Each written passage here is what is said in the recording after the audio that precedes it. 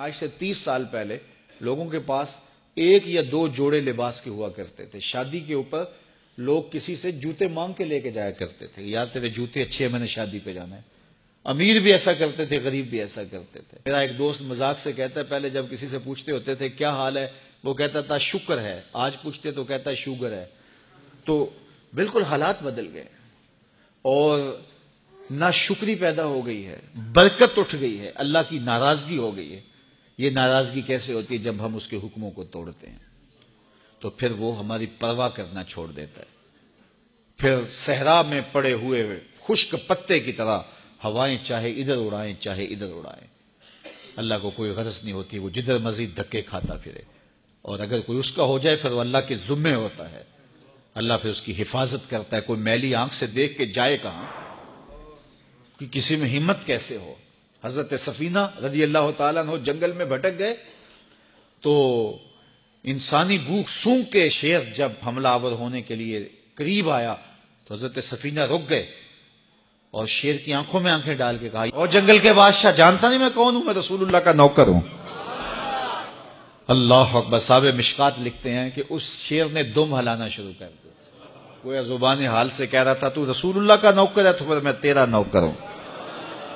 اللہ اکبر. تو ہم جب ان کے نہ رہے تو پھر زمانہ ہمارا نہ رہا.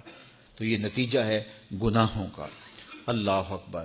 تو ہم اپنے کاروبار کو جب صاف ستھرا رکھیں گے، پاکیزہ رکھیں گے تو طمانینت ملے گی، سکون ملے گا، قرار ملے گا. اللہ کے محبوب علیہ السلام کے ایک صحابی گھوڑا فروخت کر رہے ہیں تو ایک صحابی اور آئے تو انہوں نے کہا کہ یہ گھوڑا بیچتے ہو؟ کہا ہاں بیچتا ہوں. کتنے کا؟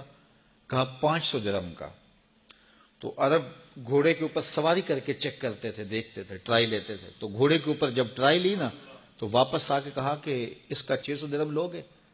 اس نے کہا میں تو 500 میں بیچنے آیا ہوں، تو تم 600 دیتے ہو تو بسم اللہ. تو پھر وہ کہنے لگے اچھا 700 لوگے؟ انہوں نے کہا کہ مجھے اور کیا چاہیے. تو کہا نہیں یہ گھوڑا تمہارا تو 800 کا ہے. وہ کہنے لگے ہاں میرا گھوڑا 800 کا ہے. تو کہا پھر 500 کا کیوں بیچ رہے ہو؟ کہا میری مجبوری تھی، میں نے بیٹی کی شادی کرنی تھی اور میں مجبوری سے 800 کا گھوڑا 500 میں بیچ رہا ہوں. انہوں نے کہا میرے صاحب، میرے بھائی، میں تو 800 میں لوں گا. جب ہے 800 کا ہے تو میں 500 کا کیوں لوں؟ انہوں نے کہا بسم اللہ. انہوں نے 800 روپے پیش کی اور گھوڑا لے لیا. تو کہا کہ میری تو مجبوری تھی کہ میں نے بیٹی کی شادی کرنی تھی اور میں اس لیے گھوڑا 300 سستا بیچ رہا تھا، اور تم نے 800 کا لیا جب تمہیں 500 کا مل رہا تھا. کہا میری بھی مجبوری تھی. کہا تمہاری کیا مجبوری تھی؟ کہا میرے رسول کا فرمان میری مجبوری تھی. کہا کیا رسول اللہ کا فرمان ہے؟ کہا ہمارے رسول نے ہمیں سودا خریدنے کا حکم دیا ہے، کسی کی مجبوری خریدنے کا حکم نہیں دیا. آج تو کہتے ہیں جناب یہ 5 کروڑ کی پراپرٹی ہے، وہ تو مجبور ہے بیچارہ اس لیے 3 کروڑ کی بیچ رہا ہے. ہم کہتے ہیں بس ہاتھوں ہاتھ اٹھا لیں. یار اگر کوئی بندہ اپنا گھر بیچ رہا ہے اس لیے کہ وہ مجبور ہے اور وہ 1 کروڑ روپے کا ہے تو ہم اس کو 50 کا کیوں خرید رہے ہیں؟ جب ہے 1 کروڑ کا، 1 کروڑ کا خریدے. اور جو ساری زندگی لوگوں کی مجبوریاں خریدتے ہیں، فلاں پراپرٹی فلاں کی مجبوری سے خریدی، فلاں پراپرٹی فلاں کی مجبوری سے خریدی. کچھ لوگ اس طاق میں رہتے ہیں کوئی مجبور ہو تو اس سے خریدے. اللہ اکبر. پھر ایک وقت آتا ہے کہ یہ مجبور ہوتا ہے اور اس کی پراپرٹی کوڑیوں کے بل بک رہی ہوتی ہے. ہم نے اپنی آنکھوں سے ایسے مناظر دیکھے ہیں. تو کسی کی مجبوری نہ خریدیں، سودا خریدیں. طاق میں نہ رہیں کہ کوئی مجبور ہو تو سستا بیچے.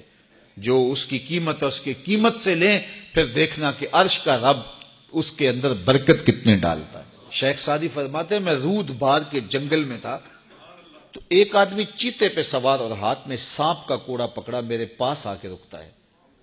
تو سانپ کا کوڑا ہاتھ میں اور چیتے پہ سوار، تو میں ڈر گیا. جب میں ڈر گیا تو وہ مسکرا پڑا.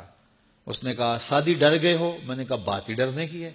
کہا تو خدا کا ہو جا، خدا کی خدائی تیری ہو جائے گی. تو اس کا ہو کے تو دیکھ، زمانہ تیرا ہو جائے.